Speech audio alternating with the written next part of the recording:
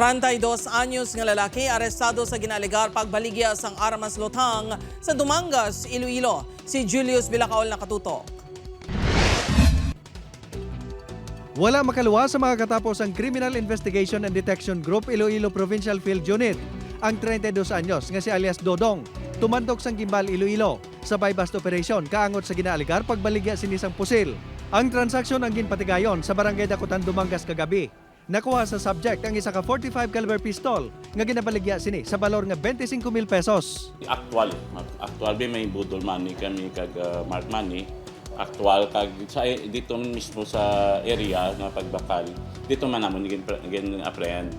Madugay man nga gintransaksyon sa mga operatiba si Dodong. Base sa pagpangusisa sang kapulisan, panalagsahon lang ini kung magbaligya sang pusil. Apang nagasaylo-saylo ini sang lugar. Ang pusil nga nakuha sa yang may serial number, gani ginasikyar kung ini ang nakarehistro. Iyan i-forward pa rin naman sa sa Civil Security Group for firearms verification. Yara sa detention facilities ang CIDG IPFU ang suspect kag nagapangatubang sa reklamo nga paglapas sa Comprehensive Firearms and Ammunition Regulation Act. Wala ini naghatag sang pahayag kaangot sa iya aktibidad. Upod kay Cirilo Rendoque, Julius Bilacaol. 1. Western Visayas.